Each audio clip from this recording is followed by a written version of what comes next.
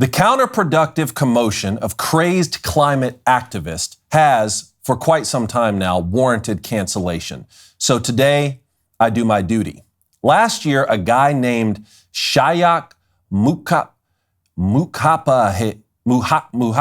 Shayak, look, I'm going to call you Little Shay Shay. That's what you're going to get here, was arrested after interrupting the U.S. Open tennis major in Queens, New York. This was a relatively long delay. It lasted about an hour. The point of Little Shay Shay's stunt was apparently to raise awareness for, yes, climate change. The irony, of course, is that by traveling to the United States from India, where he grew up, Little Shay Shay probably emitted a few tons of those dreaded carbon emissions, thus not only defeating his climate protection purpose, but actively polluting the air himself. That is unacceptable. Needless to say, though, annoying a bunch of spectators at a tennis match did not, in fact, affect the climate in any way. The Earth's rotation has continued. But Little Shay Shay was not deterred. He's the little engine that could. So late last month, he was back at it again, along with other members of the group Extinction Rebellion. They crashed the 18th hole at the Travelers Championship tournament in Connecticut. They peppering the course with smoke bombs. I kid you not. Let's take a look together. Look at this guy. Look at this guy. He's protecting the environment. That guy cares about the environment. That's why he's running around with a smoke bomb. Look at this one. Oh, yes. Form tackle. Sign him up, coach. Sign him up. One of them kicked the flower pot down here at the end. That's not good for the environment. Look at this. USA, USA. All that to the chance of USA, and people say America is finished. I've never felt more hopeful in my life. In case you can't read the shirts those trespassers were wearing, they say, quote, "No golf on a dead planet." First off, as far as protest t-shirts go, I have to say this one ranks among the dumbest. The point of golf is to hit a ball with a stick. Men will find a way to do that anywhere in the solar system. Also, why are you shooting red smoke in the air? Heathens, how dare you? You'll never be able to convince me that that's healthy, that that's a healthy byproduct for our environment. Just letting off all this red smoke in the air. You just made the air my children breathe less safe. But more importantly, why are these Arkham Asylum patients protesting climate change at a golf course? You're targeting the single most eco-friendly sport imaginable. The platform you're trespassing on right now, causing a scene, is in fact called the green. If they revolted against NASCAR, I could understand gasoline and concrete, cars going round and around in circles. That makes more sense. But you never see them protest NASCAR. Why? Because country folks who love racing, they don't play like that. There's not going to be any look the other way while the security guard comes in and form tackles and handles the matter. These lunatics wouldn't even make it to the track before Uncle Billy goes full Bobby Boucher with a tackle. So instead, these self-centered dramatists stick to golf and to tennis and to whatever it is this is. This is the World Snooker Championship. Snooker is apparently a form of billiards. I don't know. I shoot pool like a normal person, but let's watch it together. Quite know what that was for. Look at this guy. Look at this. You did something, man. Yeah, you really did something. You tell that mean ocean, Todd.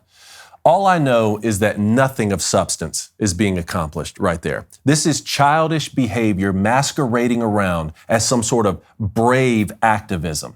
How can someone possibly walk away from an act like this and think, I did good work here today. I helped Earth. No. McKenna and Jonesy, can y'all bring up one that's not a sporting event, please? I need an environment the Sweet Baby Gang actually recognizes before they become the Crybaby Gang, please. Yes, Stonehenge. This is the one I want. Stonehenge, please. Here we go. Play this one. Well, today is one of the most important days in the calendar for Stonehenge, which you can see right behind me because it is the summer solstice when the sun aligns with the stones, with celebrations starting tonight. It is open to the public today, but yesterday it was quite shocking to see those climate activists spray orange powder on some of the stones. This morning, one of Britain's most famous historical sites covered in orange paint. Watch as two climate activists run up to the ancient stones at Stonehenge, spraying fire extinguishers containing orange powder, vandalizing the 5,000-year-old monument. Other visitors rushing to try to stop them. Officers arriving on the scene, arresting the pair on suspicion of damaging the ancient monument. On suspicion? You tell that mean ocean. I must dock these activists' creativity points, though. They're repeating the same shtick over and over with this orange paint powder. There's no way that's good for the environment you're championing, okay? Also, from what I understand, Stonehenge is fairly far from civilization, at least 80 miles or so from London, which I really don't like making assumptions. But man, this group, they really strike me as Londoners. Call it a hunch. They don't really give off that small town vibe. Anyway, point being, how did they get there? No way they walked. There's no way that they walked to Stonehenge. They drove cars, probably coordinated the disgraceful act with cell phones, and more likely than not, they drove further out of their way, drove further than necessary to hit the nearest Starbucks. Y'all aren't special, okay? You're not better than anyone else. You just want attention. Run the Van Gogh soup throwers clip, please. Yeah. This checks the out. activists from Just Stop Oil, known for their high-profile protests, previously making headlines for throwing tomato soup on Van Gogh's sunflowers in 2022, demanding the incoming British government end fossil fuel usage by 2030. Pink hair, greasy. That checks out. If you told me this story with no video evidence, that's exactly who I would have pictured did this. I've decided these nuts are among the top 3 most annoying types of people in the world. I mean, if I had to rank order the most irritating, infuriating, insufferable people, number one would be guys who make bets with their friends, and then when they lose, they don't honor said bet. Like if you join like a fantasy football league and you came in like last place and didn't do your punishment, you're the most annoying type of person. Number 2, people who ride up my bumper as close as they can on the road. Like anyone who does that, or worse yet, anyone who tells his friends he's proud of it, makes a whole rules of the road and blames the front car for going too slow. That guy is the second worst. And by the way, I just slowed down 15 miles an hour. How do you like that? But third worst are these dunces. That's it. That's the list. Now, I could spend all afternoon going through more examples. In just the past year of these simpletons making scenes all over the globe. Pull up the U.S. Constitution one. Play the U.S. Constitution. Here we go. Is this in the rotunda?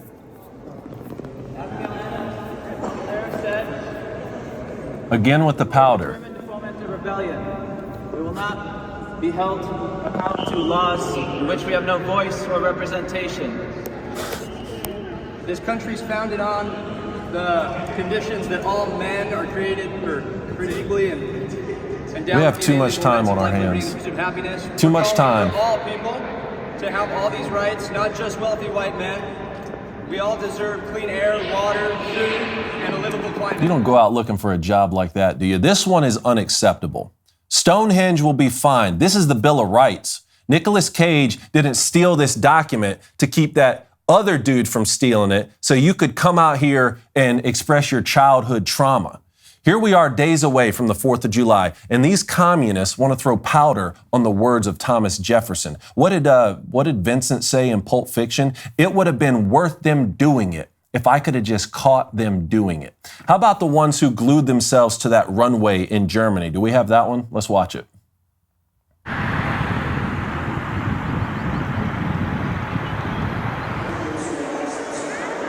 Like at least this one, you're trying to stop airplanes from taking off. Like I can get there logically with what you're trying to do, gluing yourself there.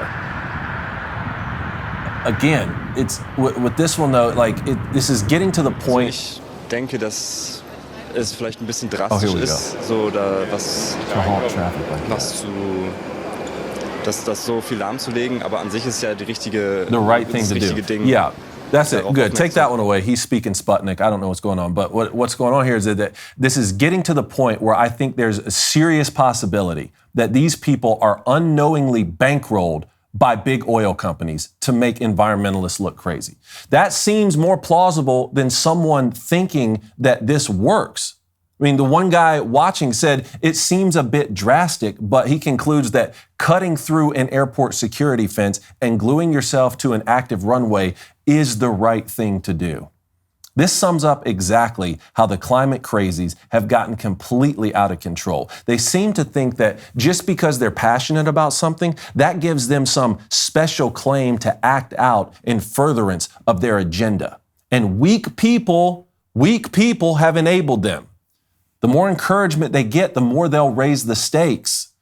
All right, God forbid they come disrupt the hot dog eating contest this week. I can't abide that. The most annoying aspect is not even the events getting disrupted. It's this air of moral superiority that comes from drama queens who are actively hurting their own cause, essentially telling the rest of us, how dare you not care about our planet enough to throw macaroni at the Mona Lisa? You don't even love the earth enough to epoxy glue your hand to an NBA floor? How selfish are you?